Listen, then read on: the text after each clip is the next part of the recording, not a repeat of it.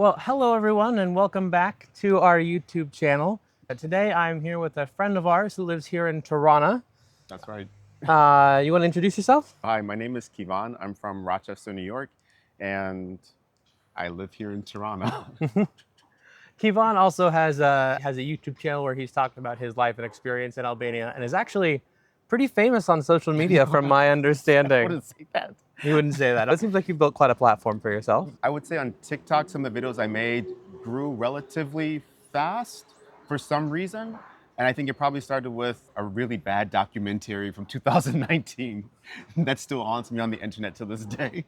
I mean, it does sometimes feel like we, as the American expats, are almost fetishized. Like, look at this person who moved here, you know? But not only that, it was an interview. They're like, gay couple in Tirana. And that was Oh one of these no! interviews. And so that started with people wondering, okay, who was this guy? And then I think that's how like my TikTok started growing just like a little bit. But the problem is I'm not super active on it. Right. So Well, hey, that's the dream, to be famous without having to put in a whole lot of energy or effort. So one of the reasons why I wanted to have you on our channel is because I think you are a lot more of a realist about people, especially Americans, deciding to pack up and move abroad. There's a lot of people who are on, I like to say, like their eat, pray, love journey, you know, and they want to be like Julia Roberts in Get Out. And it seems like you do a really good job of being a realist and speaking truth to, like, actually, this is what the world is like. I try. Just because I noticed that even myself, so I'd say I've been here for 8 years, but I would say the first 7 of them, I was living in a different type of bubble. So my experience here was very different than the experience that the regular Albanians are having. So I think that once I started to see more like their perspective on how things are going, I was like, oh shit, I'm experiencing Albania without actually having to experience Albania. And I think that's, again, 7 years, but that's a long ass time. But now I hope to help other people realize it's nice, but not everything is, it's dependent upon your personality, perhaps. Absolutely, absolutely. I think that's one thing that I am concerned about with our channel. You know, we've been here about a year, and we live in Saranda, which is like a nice, bubble in though. a bubble. You know, it's in vacation mode every single day, and so I really appreciate you being on here to provide a more realistic perspective of what things are like, and Thank to you. share your. I'm excited. It's my to first share time your doing journey. something like this, so this is gonna be fun. But before we get started, if we could make an ask of you, the audience, to subscribe to our channel, and if you get some value out of this video, give it a like. And definitely feel free to leave any comments that you have in the comments section. We respond to them and really appreciate you sharing your journey and your stories and your thoughts with us. All right, so let's dive in. So for our audience, you're not the typical American expat. You are from New York area, Rochester, correct? Yeah, exactly. But you left at 18 or 19.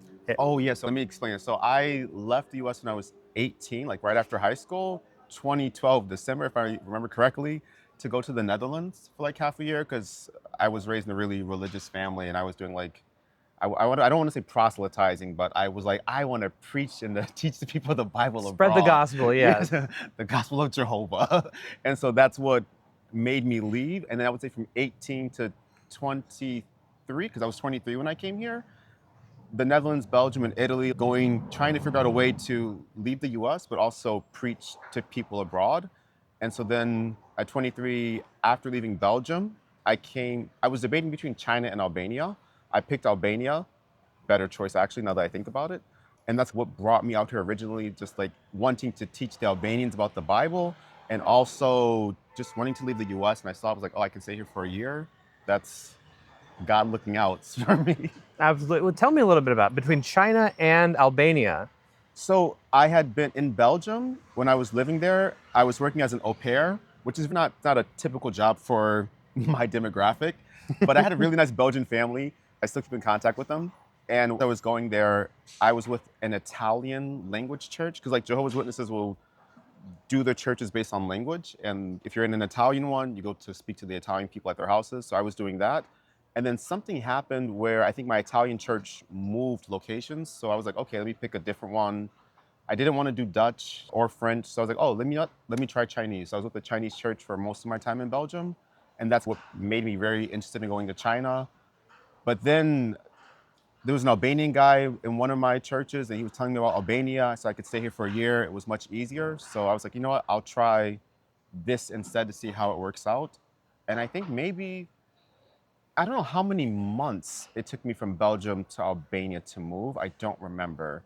I feel like it was definitely under a year, but I was like, you know what? I'll try Albania, and I came and I never left. What about it do you think made it so sticky for you? Oh, the visa option, that's number one for sure. Like just, Absolutely. I think also in my heart, I always wanted to live in Italy. And when I was there, I tried to get I forget the word, sorry, residency permit. I was applying for this, but I was very unsuccessful because things were not organized. So in the back of my head, I kept in contact with my boss in Italy from teaching English. And I was like, you know what, I'm going to go to Albania, and perhaps this would help me be able to shift over into Italy. Never happened, obviously. But location-wise, I was like, okay, this is going to be the plan. And at the moment, I'm here. I don't know if we'll ever join the EU, but inshallah, Fingers crossed. hopefully we will do it one day. And that's what's keeping me here, is that I want to have permanent residency, so there's always a location that I can live in. Absolutely. Absolutely. We hear that a lot from people that reach out to us on their journey. I was speaking with someone yesterday who has been going through the process of trying to get the Portuguese non-lucrative visa or the Spanish non-lucrative visa.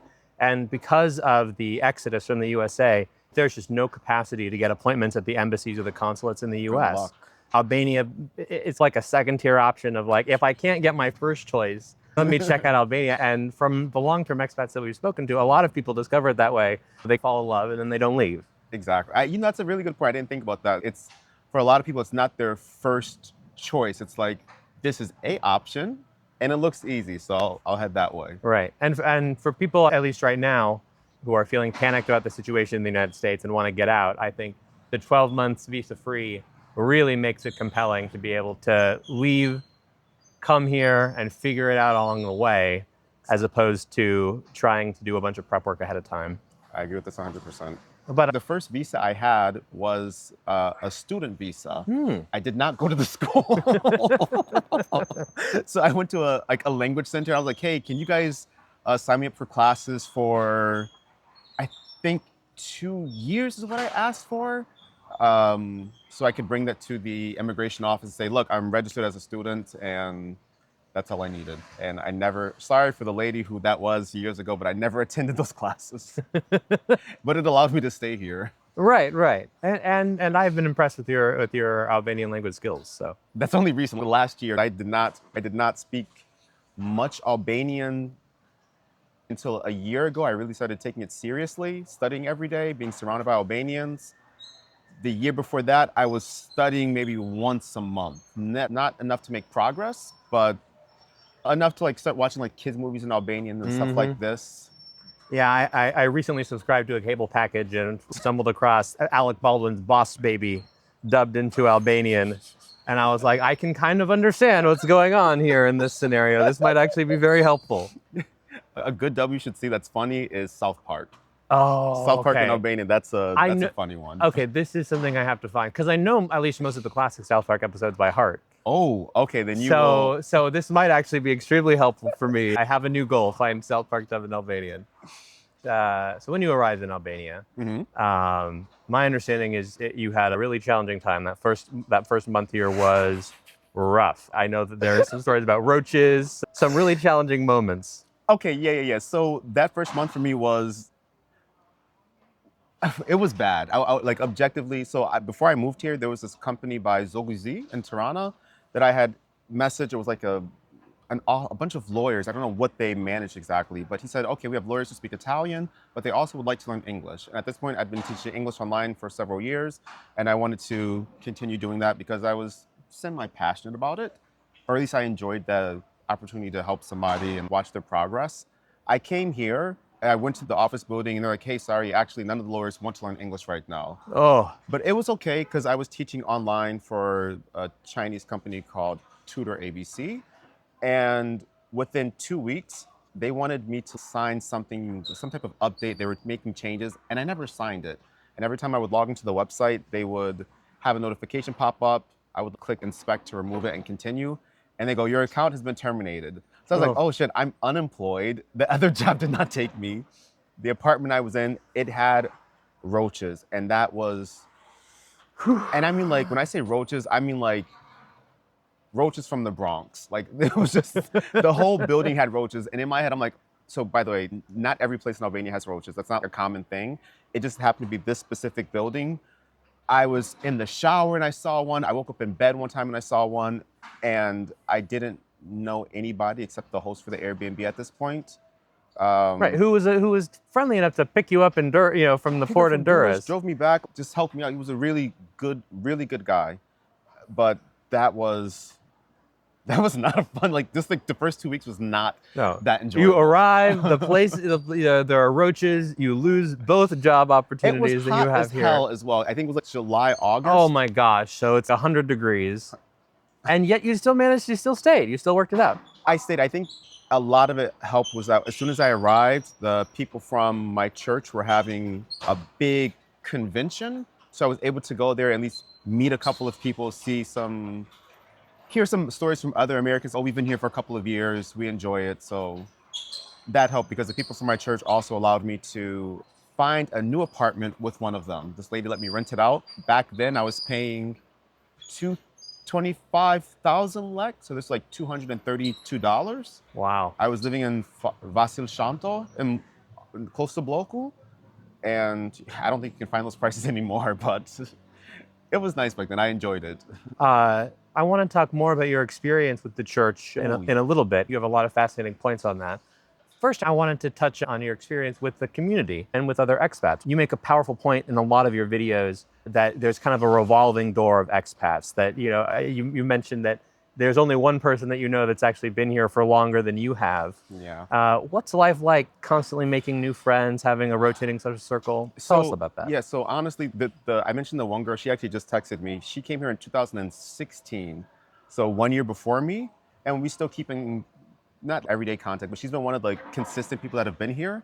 A lot of the other friends that I've made over the years, there's another girl from the US who came here, I think 2019, and that's one of the other oldest friends. Everyone else is within the last 4 years I've met, so it's really difficult to have consistent friendships. You'll notice a lot of people at some point were coming from Thailand and Vietnam and moving here and just staying for a couple of months. They're nomadic, and they think I'm going to move to Albania is what they think, and then they actually get here and they're like, oh, it's not what I expected, and they leave afterwards. So that has been very hard. I like the friend group that I have now. I would say maybe there's 5 people that I hang out with semi-regularly. I think part of it would be my personality. I would say before, when I first came here, I was very, very extroverted, maybe by force. But then after something happened and where I became more introverted, and I was like, no, I don't need this constant association. So I think if I put myself out there, I would absolutely always have people to hang out with, even daily, that are like foreigners. But now I'm trying to focus on my friendships with Albanian people, because those are the ones who are actually staying here, especially Albanians who love the country and want to make it better. So for example, I have one friend. I met her, I think, in 2019. She's a doctor now here, and she's Albanian. Lovely girl. And she's one of those people who wants to stay in Albania for the rest of her life. And so for me, a friendship with someone like her is valuable, because I know that she will be here as long as I will be here. And yeah, maybe that's the best way I can explain it. It's really hard to make long-term friendships in Albania. No one really stays here for that long. Right. I totally understand what you mean. I feel like even in the year that I've been here, I've had 3 sets of friends that, even if you know that they're only here for 3 months doing the Schengen shuffle, resetting their time, it's hard to not get attached. Just the other thing I'm thinking about is that I think if I was using social media regularly, it would be a lot easier. But I've gone through periods living in here where some time ago, for 6 months, I decided I'm not going to use the phone. I'm only going to use write letters to people and use email. And it actually showed me who my real friends were, people who would take the time to do that stuff with me. So that was nice. And then there are other times, I think for maybe the last 2 or 3 years, I haven't really used Instagram, but I opened it back up this year. So now I see people who I haven't contacted in a long time. And I don't know. I feel like if you're on social media and you're active, you can definitely maintain those friendships. But without that, it's a bit harder as well. Right. And it's not the same when things are through the screen. It's not. I mean, I've definitely found, in the US, I mainly use Facebook for Facebook Marketplace. And I would use Instagram maybe sometime.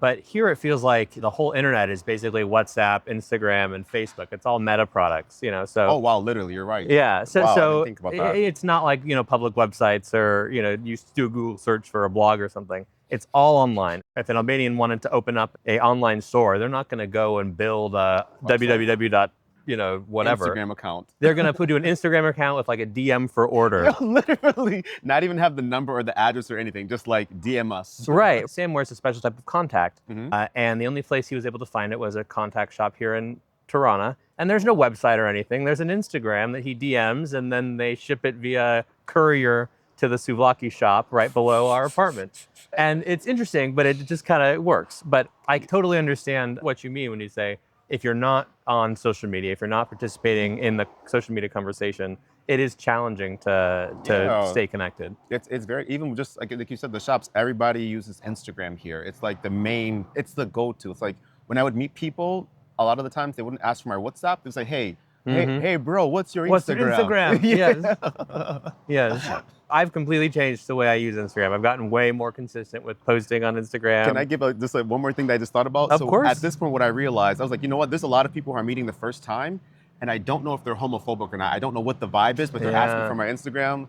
So I made 2 accounts. So like when I meet people on the street for the first time, I give them one, and then like for the friends, I have the other. Interesting. You got the Insta and the Finsta. Yes, I feel like you have to have a Finsta. I mean, if you're in the community, you should have a Finsta just because people are nice, but you don't know how they actually feel.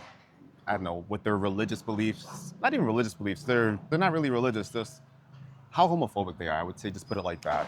We just did a video called Gay in Albania with a long-term gay person in Saranda. And his experience essentially was, I feel very safe here. I keep to myself. I basically keep to myself. If the homophobia that exists is not outwardly given, the hate is not outwardly given or shown to me, and if you treat people with respect, they treat you generally with respect back. My sense is that you've had a different experience. I would say yes, I have, and also some people that I know have had a different experience. Tell me a little bit about your experience being gay in Albania. So I think, I mean, if you ask like my friends from high school, they're going to be like, we all knew. But like people here, I think in homophobic countries, they don't really think being gay is a thing or Right. it or exists. So it's like they don't assume that first naturally, unless you're, I don't know, very flamboyant or feminine presenting, then it's obvious. But I think for me, I'm able to blend. In my head, I'm blending, but for my friends in the U.S., they're like, you're not. But like here, Right, I'm able to like right. blend in Absolutely. a bit, where they just assume like, oh, or do you have a wife? Do you have a girlfriend? Are you married? This type of stuff. But also being online, like you get a lot of hateful comments, and I think once you start learning the language a bit more, you can even maybe sometimes hear like hateful comments in the street, or people talking about you, or just reading the stuff that people say is wild. The like, God save us, I hope they burn in hell, this is disgusting. And people are commenting with their actual profiles. It's not like anonymous. They're very like, this is gross, this is horrendous. You should not be here. In terms of safety, though, like do you feel physically safe? Do you feel at risk, for being a target of a hate crime or something like that? I would say no. I would say this is probably the safest place I've ever lived. Comparing it to like Rochester, New York, Belgium, Rotterdam, the Netherlands, Rome, Italy, for just a couple of months, that's not really living. But here, Tirana has been the safest place where I feel like I can walk anywhere in the city at any hour and just be okay. No one's really worried about you. They're not in your business as much because you're not Albanian.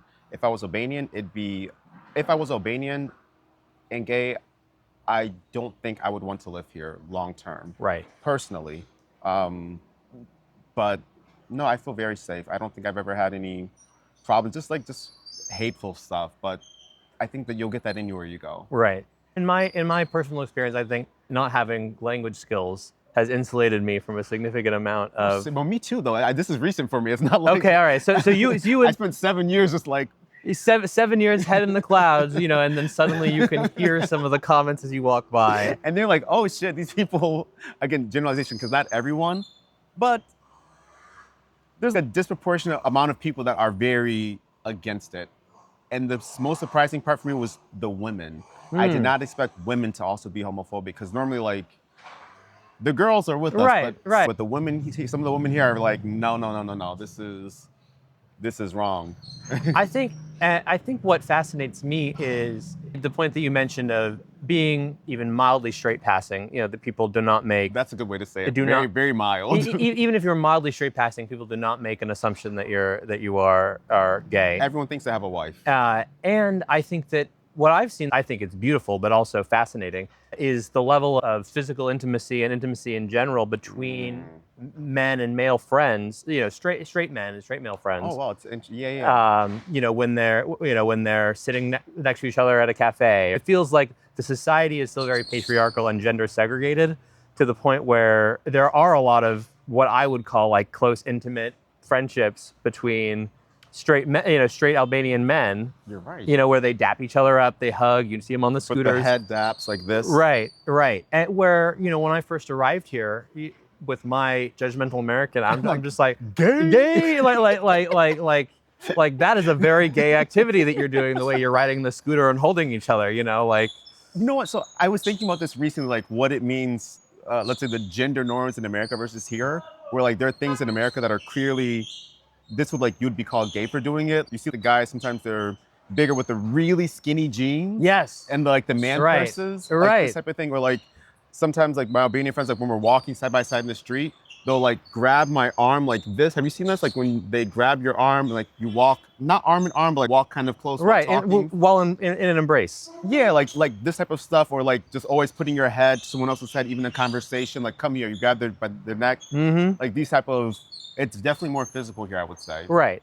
In a way that I remember being teased for mercilessly in America in high school. 100%. This is conjecture, I got it. But part of me feels that some of the homophobia here is due to the fact that like there is a significant amount of physical and emotional intimacy between people of the same gender who and they really don't want that to be construed as anything other than a normal, affectionate world, affectionate relationship. I have not thought about it like that. That's I mean, in my head right now, I'm spinning a bunch of different reasons like that what it potentially could be, and I can see it being one of those for sure. Absolutely. We get a lot of gay people on our channel, gay Americans, who are really panicked about what's going on in the US right now. They're looking for a way out. They see Sam and I talking about how much we love Tirana and Albania and how we feel safe and secure here. Because you are safe. And they're specifically asking us, is Albania an okay place for LGBT folks?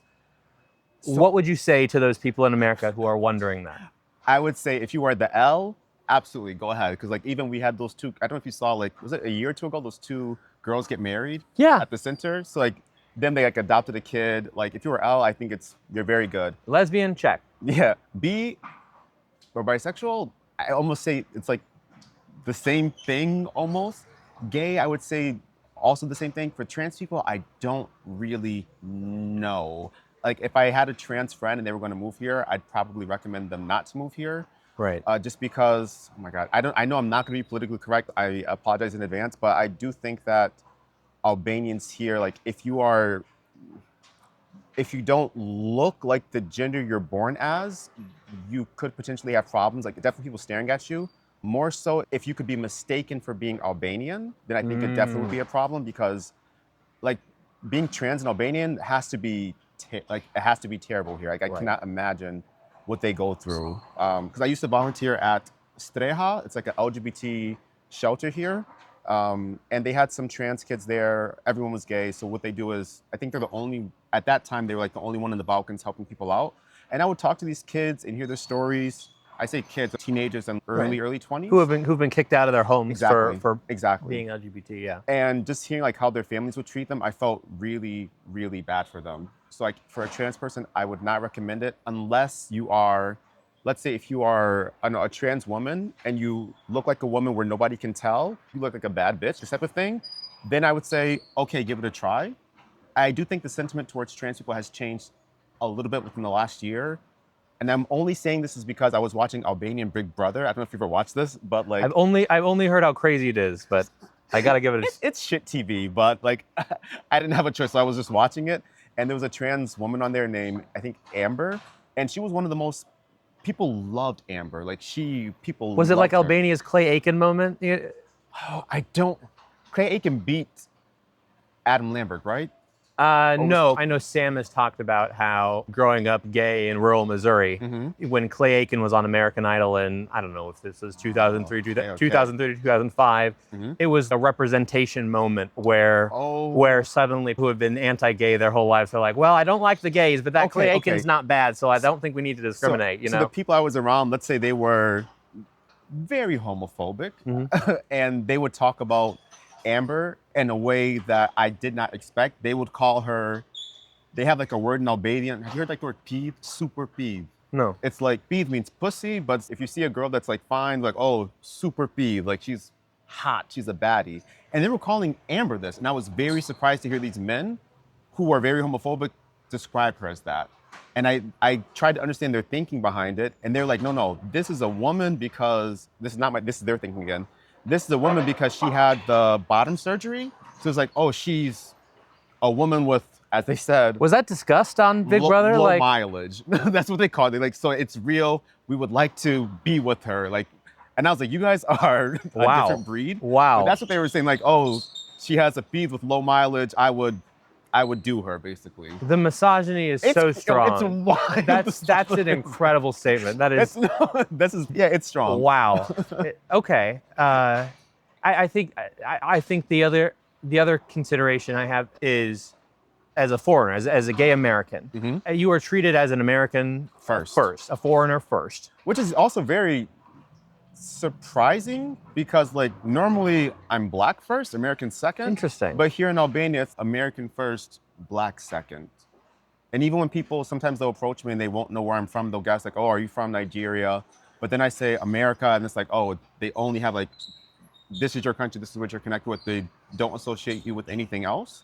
And even when people ask, where are you from? Sometimes I'll give them like different answers. I'll be like New York, I'll say America, I'll say Africa, like just to keep it short and easy, so they can stop talking to me. But like when I say America, it's like, oh, you're treated this as an American first, which I can appreciate. I don't think it's right necessarily because I see how some of my Nigerian friends I had, they would be treated a bit differently than I would be treated, which I don't think is right, but I'm benefiting from it, and at least that's what the situation is, I would say. Let's cover all our bases. We've talked about being gay in Albania. Okay. Can we talk about your experience being black in Albania? Of course. All right. I'm living it every day. You know, Let's go. Our audience has specifically requested from Sam and I multiple times a perspective on what it's like to be black in Albania, or if black people are welcomed here. Okay. And I have known that I am not the right person to speak on that or to communicate any sort of message on that. You've spoken pretty eloquently on your channel about the difference between the ignorance-based racism that you experience here in Albania and the systemic racism that occurs in the United States.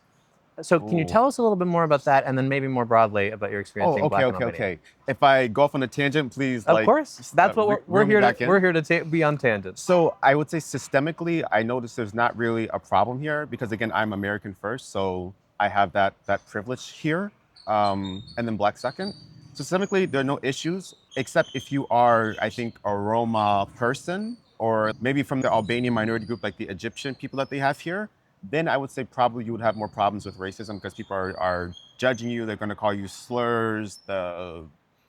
Like for them, it's harder. For the people here, for myself, because I also tried to touch on the experience of some of like the friends I've had from like Cameroon or Nigeria, talking to them, and also maybe the Caribbean. We've all had relatively good experiences here. Nothing overly crazy. There's only one bad experience that I mentioned to you once was I have a friend he's like my complexion, maybe actually a little bit darker than me. They're like black, but from Yemen or Saudi, one of these two countries, I can't remember. And he had like, it was just this one ignorant guy who was really aggressive, and he would always like shout at my friend when he would walk by. And then like one day he took a brick and hit him in the back of the head. My friend had like some nerve damage where he couldn't, I think, move part of his face or something like this, had to go to the hospital. Nothing wound up happening in the end, like the guy wasn't arrested or anything, but the guy didn't like the fact that he was a foreigner in this country. And this guy was known to cause problems in this area. This is here in Tirana. But these things I think are very rare. Right. And I think they can occur anywhere you go in the world. So it's not like I wouldn't put that on, because the average Albanian treats you very hospitably. When I approach people, I normally get a smile. Even back when I didn't speak any Albanian, they would go out of the way to help me, where I don't think, and again, like maybe people have like the racist thoughts in their mind, but they don't actually express them as much. Because Right. I have seen, again, the comments online are really wild.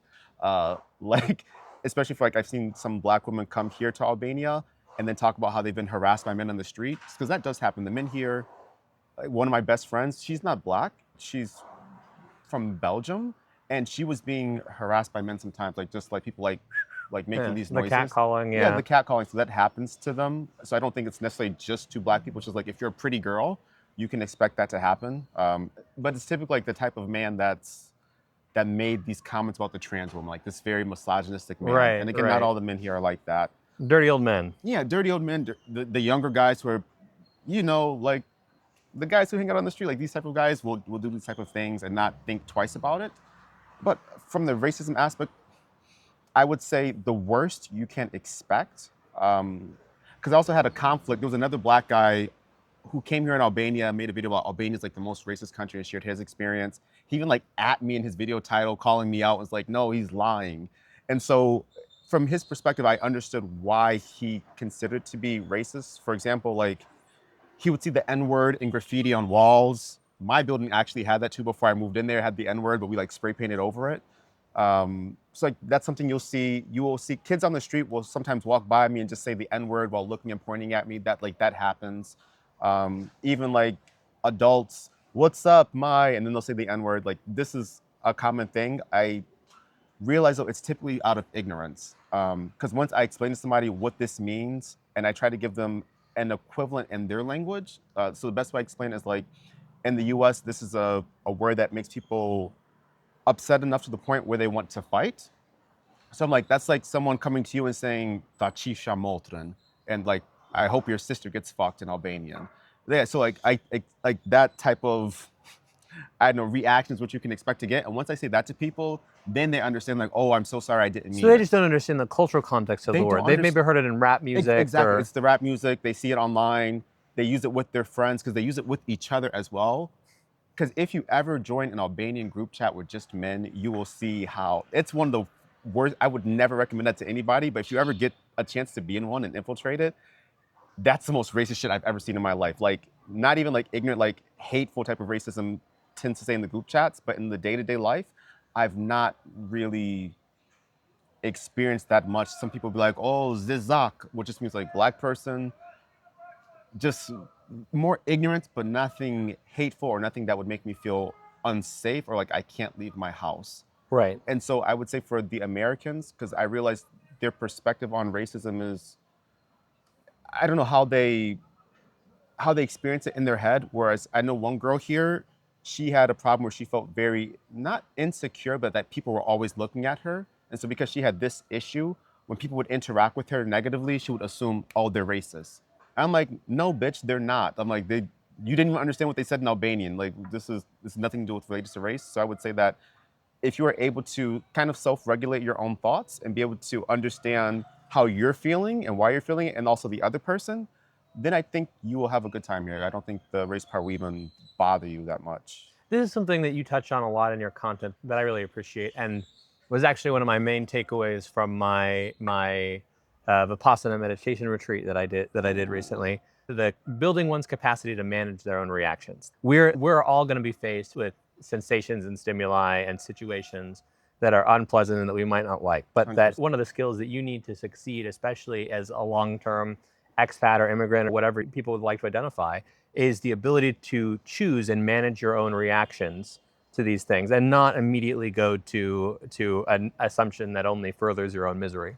When I say I agree with that so much, because I realize just that ability right there, I think makes almost every place you live in livable, because then you don't take things personally anymore. It's like, okay, this person is having a bad day. This person hasn't been educated. And it's Right. not really, it's never about you when they're reacting to you. It's more about them reacting to something inside themselves. And so I think once you're able to see that, Albania is nice because like there are people here that will get on your fucking nerves every day to the point where you're like, I love like whenever you spend a lot of time with one group, sometimes with a bunch of black people, like, I love y'all, but you guys do some stuff that you're getting on my nerves. Like some of my cousins, even here in Albania, it's like, I love you guys, but you guys there's some things that annoy the shit out of me, like the way people drive. And it's not personal. It's just somebody's in a rush. They're not being considerate of other people because they're too wrapped up in their head. And so it's not really like about me, but I'm making it about me.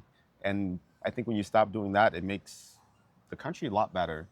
Right. I totally agree. And it means that you're not experiencing, personal trauma, personal misery. Yeah, exactly. Yeah, that's exactly how I would say that. You've talked in some of your videos about people, strangers, that'll come up to you and ask for photos. Like, hello, you want to be my friend? And, in the US, that kind of thing would be pretty suspect. How did you kind of get to the point of being able to respond and interpret that in a way that at worst is like, I don't care, and at best is maybe like, hey, this person's curious? Okay, so I think probably because this wasn't my first country when leaving the US. Okay. Because like when I first left the US, I was in the Netherlands and I heard people saying like, for example, like the N-word, I was like, whoa, what is going on here? But like after a while, with time, I realized, again, it's not personal. So here in Albania, when I first moved here, back then, there were like today, I saw 5 black people today. Like, but back then when I first moved here, I would see like 1 black person every 3 to 4 months, maybe. Like there was, besides just like the soccer players, there weren't really that many people That coming must have here. been really isolating. It was very isolating, I would say. Very, very, very. But they would ask me, hey, can I take a picture with you? And I would just take a picture. I wasn't bothered by it. One lady, for example, on the bus, she was like, can I touch your hair? And like, I know for some people, they'll take that as racism, but it's more curiosity. And especially, I proved it because I was like, okay, she touched my hair. And I was like, can I touch your hair too? And then she put her head down like this. I didn't want to touch her hair, but I had to because she already put her head down. The reciprocity was and I was nice, like, yeah. wow. Just like, I had never yeah, so I was like, it's nice because it's not like, there was like an exchange of, okay, this is something I haven't seen before. So that's kind of how I take it. Nowadays, since I feel like since I'm not living super close to the center of the city, I don't see as many tourists or have these experiences now because I feel like it's, especially in Tirana, it's more common. But before that would happen a lot. The friends thing, people will still ask that very frequently. Look, I'll be sitting somewhere, hello, my friend, and they'll just start talking to me and chit chat, ask for my Instagram, where are you from? This has never stopped. And I think that's also a very good thing. It's curiosity. It's curiosity, but it's also like, if you are here and you want to make friendships with Albanians, because again, the foreigners or the immigrants are coming and going, it's a nice opportunity being very different just because you have people who want to interact with you. In terms of how deep those friendships will actually go, I think that varies because I think they'll probably stay surface level unless you like in fact actively invite them out, learn their language and stuff like this. But I would say, yeah, I've had a good experience with that type of stuff, typically. Speaking of hair, Okay. can you talk to me a little bit about the experience of, I don't even know. Hair management, Yeah. I guess, in Albania. Yeah, absolutely. So when I first moved here, I was like I had a buzz cut. I just recently started letting it grow out, I think 2 years ago, because 2 years ago I went completely bald, and then I just started letting it grow out. And before I moved here though, I learned how to cut my own hair. So I would like be in the mirror cutting it myself, bought some clippers for like 150 euros at a place here. Products, you cannot really find many products here. For example, they have a store called Rosman and Lala. There you'll find Cantu at best. So what I have here, within the last, I think, 3 or 4 years, there's like this one girl, her name is like Lala or Lele Beauty. I forget where she's from, maybe Cameroon. She's French speaking. So she has a hair salon and she braids a lot of people's hair, a lot of everyone's hair. I have a friend, and this is who I would like, there's this girl, if you could ever interview her, she's cool. She is like, she's black, but I think her mom's like Indian, Chinese, something like this. And she was born in the Caribbean, but moved to Albania when she was like, I think a couple of months. Okay. So she's basically born and raised in Albania. I might be getting the months part wrong. I apologize if it was like a year, but since childhood, she's been here in Korcha. So she has a Korcha accent when she speaks. And so she's basically Albanian, and she works as a hairstylist here. So I plan on going to her sometime soon to like, I was like, I want to dye my hair. I want to do something different. Can you help me out? And so I asked her how she got her products, and she would normally, I think, order them from somebody in Athens, Greece, and then have that delivery come to Tirana to find them.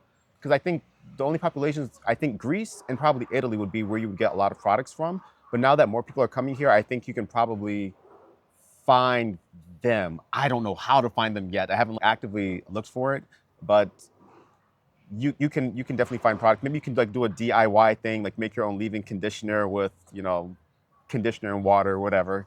But like actual products that you would have in the US, I don't think you would find them. Like the Eco Styler gel, I don't think that's really a thing here. I haven't seen it. But there are at least 2 places where you can go and get your haircut. There's another guy who's Albanian who cuts hair. I think it's like ID Haircuts. He has like a very eccentric style. He cuts a lot of the football players here. I don't personally think he does a good job, but I've seen him cut hair. So there are places in Tirana where you can go. Those 2 girls are probably the best. I would recommend them probably though. Let's talk work. So after a decade away from America, I understand you have recently started working with Americans again. What has that kind of reverse culture shock been like for you? So I've been remote basically since I want to say the age of 18 without like, with some parts like not being remote. I've worked here in Albania it was under a year at a company in the center. I was working as a copywriter, but then otherwise I've been remotely copywriting a lot of the time. So I had flexible hours, flexible paid time off, like unlimited paid time off actually is what I had for one of my good jobs. And now I'm back with an American company, and I was like, so what are our vacation days? And my boss is like, the standard ones. And I was like, what does that mean? I was like, holidays, like sick days, like what is it? And so I realized working for America, I love my boss, I love my job and colleagues, but like, I don't like how Americans work. The work-life balance, because that was the first question I asked, how is the work-life balance? I don't think it really exists, or at least our perception on what balance is definitely teeter-tottering on the wrong side. Right. I don't love the work culture. It's very shocking for me. If I can compare it to like being in the Albanian work culture though, from what I experienced, there's a lot of gossip in the Albanian work culture. I think also like, in their culture in general, the gossip is, I've never seen gossip like this before. It's a gossipy place. But I tend to think that it comes from like the degrees of separation between people being so short, where it's like everyone knows somebody who knows somebody, which makes gossip really accessible. And in the workplace, I noticed that is like my boss, he had a strict rule. He's like, no gossip here, because from some of my other friends who have worked here, the gossip was overwhelming, I would say. So in the future, I would probably like to work remotely again. I don't think, even if the American companies have good money and good pay, I don't personally think it's worth it to, I don't know, subdue myself to that type of pressure when I could live.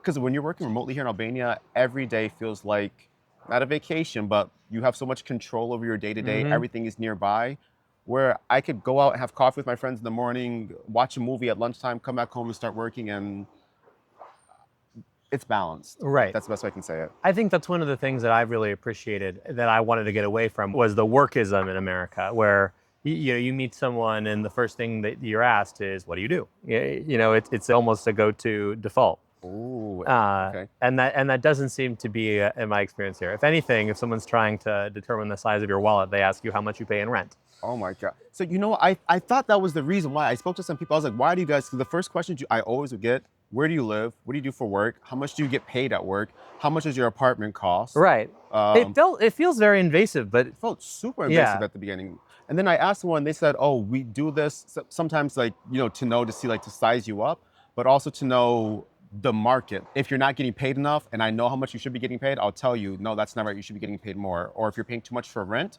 then the person's like, oh no, you're paying too much. You shouldn't be paying that much for rent. So it has like, I don't know, a double-edged sword, but like a good aspect sometimes of the intrusive questions. But I would always have a lie in my head when people ask me these questions. I have like a background story. Right. So you're not caught off guard be prepared for things that feel intrusive. But... yeah, these consistent lies that I have to tell that I don't feel bad about, unfortunately. Well, yeah, you do what you need to do to survive. Let's talk faith and your experience with faith here in Albania. So my understanding, you were raised as a Jehovah's Witness. Yeah, from birth. Which in the videos I've watched of you, you described as a very micromanaged life. Everything about you is micromanaged, from who you spend time with to the way, like, you're not allowed, as of like last year, you're allowed to have a beard, but like clean shaven, the stuff you wear, like even being at their headquarters, nothing with logos. It's very type of music you listen to. So even in your private life, you micromanage yourself, what kind of thoughts you're thinking. Like it's a type of environment that breeds people with a lot of mental illnesses. Schizophrenia is I think I read it appears like 3 times higher in that organization than the average population. A lot of people are depressed. Like it is on the outside, they present as very happy, and I think they convince themselves that they're happy as well. But I don't think you can truly be happy when every aspect of your life is controlled by someone else and it has a relation to your salvation. So I would Right. say that's the mental state of every Jehovah's Witness, where it's a doomsday cult. So they believe the end of the world is imminent. And I think, and we're living in the last days is what they currently believe now. So for me, while I was living here, I was expecting, okay, the end is going to come while I'm here in Albania. So the perspective I had back then, hella delusional, but I was like, oh my gosh, the governments are going to persecute us for being Jehovah's Witnesses. And that's what I sincerely believed. And so after not, I would say deprogramming is still happening, but deconstructed a lot of these beliefs, I jumped into atheism very quickly for like a year, but then I felt like that was an extreme where I can't prove God exists. I can't prove God doesn't exist. So I was like, you know what? Being agnostic made more sense. I would say now I wouldn't consider myself spiritual because I don't want to lump myself into with the other group, but I'm very open to spiritual conversations, I would say, because I really don't know what happens, but just trying to give my own life purpose. What I would say is what I'm trying to do. And being here in Albania, the Albanians are not very religious at all, Right. which kind of, I think, helped me because I was going to an Albanian church, not speaking the language, so I wasn't being indoctrinated every week. I was still going door to door. You can imagine me going to door here in Albania in the summer. It was hot with a tie on and everything. It's interesting that you say that because the way you describe Jehovah's Witness and your experience sounds a lot like my understanding of the Communist Party and the level of control Yes, over yes. your thoughts, over your, managing every bit of every single day. And so I'm curious about if you can tell me a little bit more about the Albania Jehovah's Witnesses and what that was like. So yeah, first thing I want to say is that if you ever look at, it's very interesting on the former Jehovah's Witness Reddit page, when you see the North Korean propaganda and Jehovah's Witness images, they are so identical. Interesting. It is crazy. Like I bet you could do a 3-screen with the former Albanian, the Hoja propaganda. they really they love their propaganda, all of the Jehovah's Witnesses. So here, their reputation in Albania is that they are known for convincing people to commit suicide and kill themselves. Oh my We've had gosh. several incidences here in Albania where people, I don't know how accurate this is, but this is the perception where I will say the suicide rate for Jehovah's Witnesses is very high, especially former members, because we practice excommunicating people, or they call it disfellowshipping, where that if you're officially not a member, your family can have contact with you, but they should not. And if you're living in their house and you're like under 18, it's okay. But if you're like 19,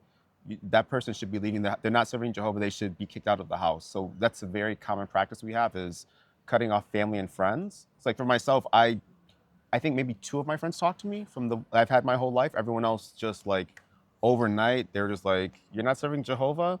Bye. Bye, bitch.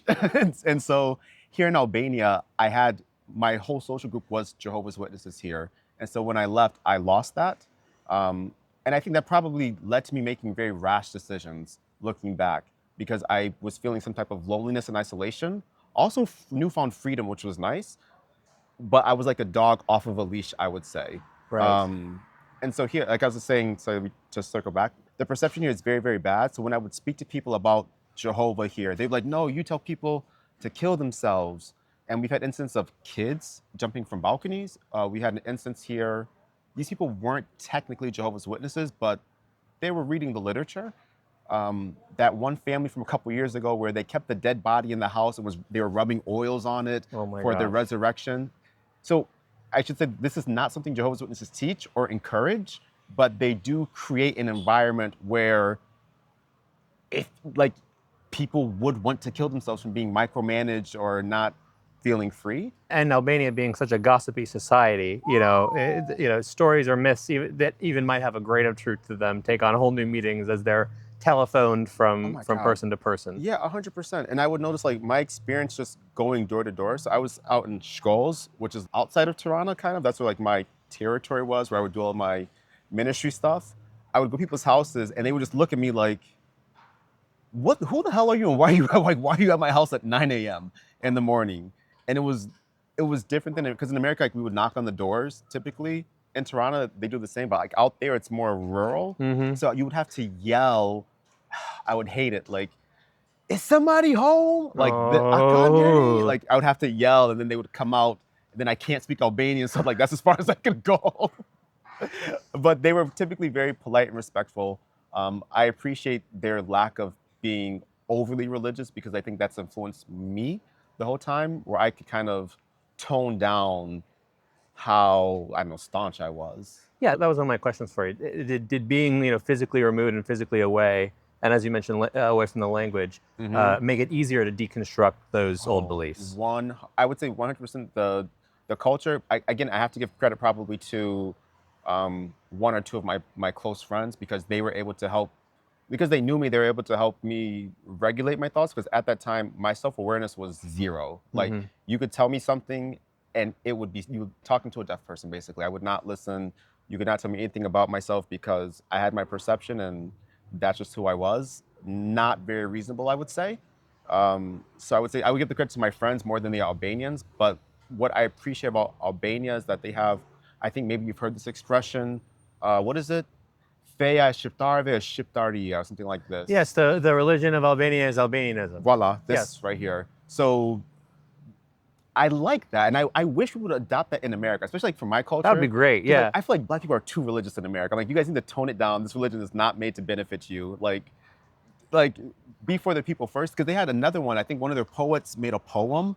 It said something along the lines of, "If our Muslim brothers and sisters are having trouble, we will take our crosses, melt them into bullets to defend them." And I was That's like, lovely. yeah, I was like, this is beautiful. Where it shows that despite if we have religious differences, we are one people and this is who we are first. Everything else is secondary. And that's something I still try to keep today. Even when dealing with other people who I don't share the same religious views, I'm like, okay, we are humans first. Like, we are the same. And then like your beliefs are what you do in your house.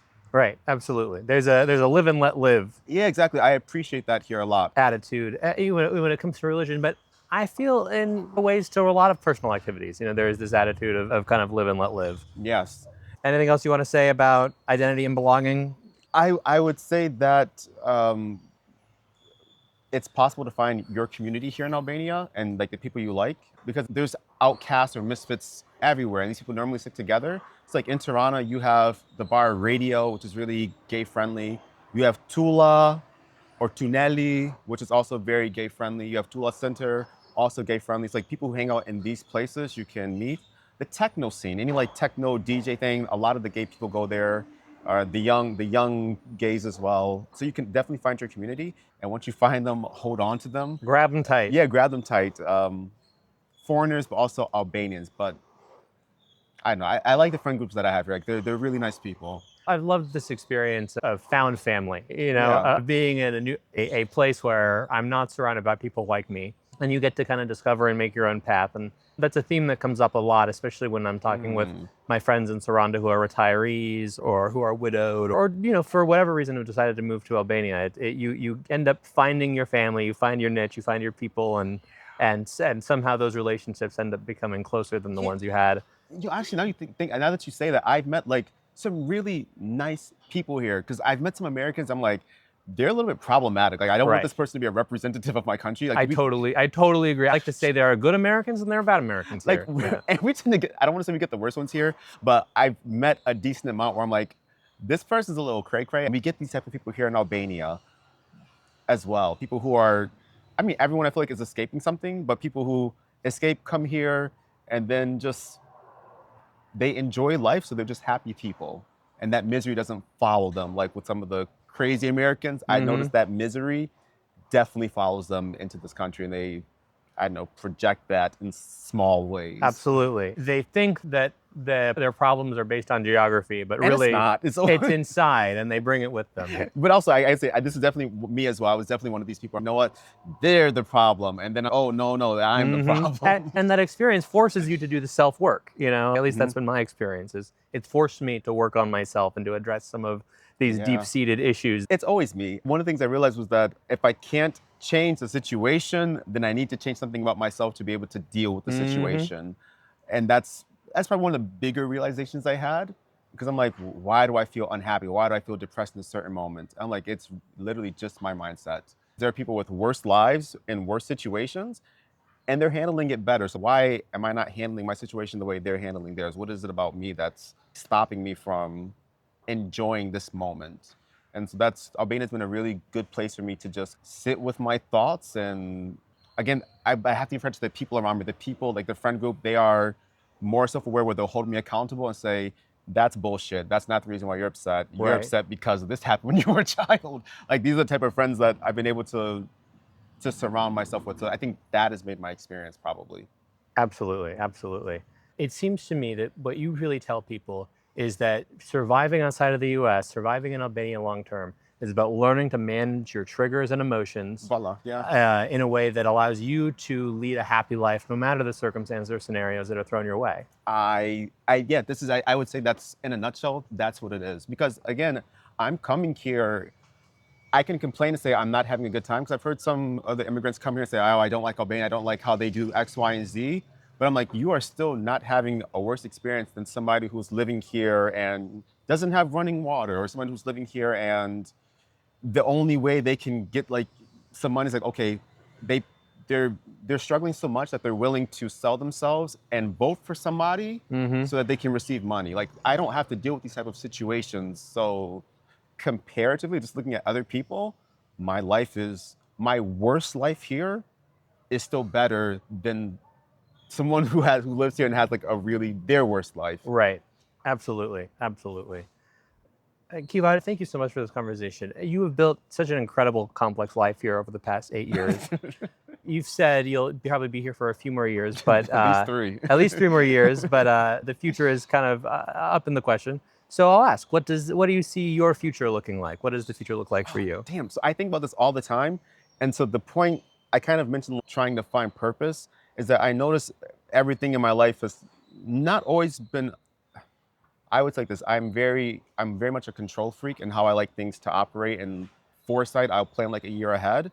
But I noticed that that's very unrealistic. And like the way I came to Albania, it's like one instance led to the next, that led to the next. You meet a person, you learn something new, you read something, and that kind of guides your decisions. And I'm trying to do that right now where like I know I'm living here. I know some countries I would like to go to, perhaps like the Netherlands, Belgium, or maybe Japan, who knows? But I'm trying to just allow it one step at a time and not overly plan my life because it's not possible, even though my internal desire would like to plan every single thing. But I would like to get permanent residency here so I can stay forever. I don't want the citizenship, but if I'm able to get it, I will 100% take it. And I don't know, because part of me, I consider these other countries like the Netherlands, Belgium, where they're more LGBT friendly, they're more organized, they're more accepting. They're more developed. They have more, not more culture, but they have more diverse types of entertainment. Because I like watching like the Dutch YouTubers, they talk about different subjects. And here, the entertainment is like, very shallow. These people in these countries where they have all these advantages, I would say, I have not really looked at the disadvantages and the advantages of Albania, because here in Albania, they're more social. I'm guaranteed to have a social life here. I'm guaranteed to have people around me. Even strangers help me here if I need that. I don't have that type of guarantee living in the Netherlands with Dutch people. Right. So it's really hard for me to say which one would be better for me spiritually, maybe like financially, but I like this part of the world. The weather is good, the people are friendly. I'm living in an American bubble, not socially, but where a lot of things do not affect me so that I can continue to live here. So I'm kind of excited to see where it takes me. I hope that I do not have to learn a new language, but this is like the hope. So I'm kind of limited right now to where I want to go, but I don't know, I like Albania for the moment. Well, no matter what opportunities the future provides to you, I'm sure that you have the skills and the charisma and the talent to be able to handle it. I hope. Thank you. Thank you so much for doing this interview and for joining us and sharing all this wonderful information with the viewers on our channel. Tell us, where can people follow your journey and check out your content? Yeah. So I'm on social media now again. TikTok, where's Kevan? I'm on YouTube. I don't know how active I'll be or consistent I'll be with posting, but I posted a couple of times in the last 2 weeks. We'll put links to whatever profiles you'd like to share in the Maybe description TikTok, I would here. say. Yeah, definitely TikTok. Well, thank you so much, Kevan. This has been lovely. Thank you very much. And thank you so much, audience. Take care, and we'll see you next time.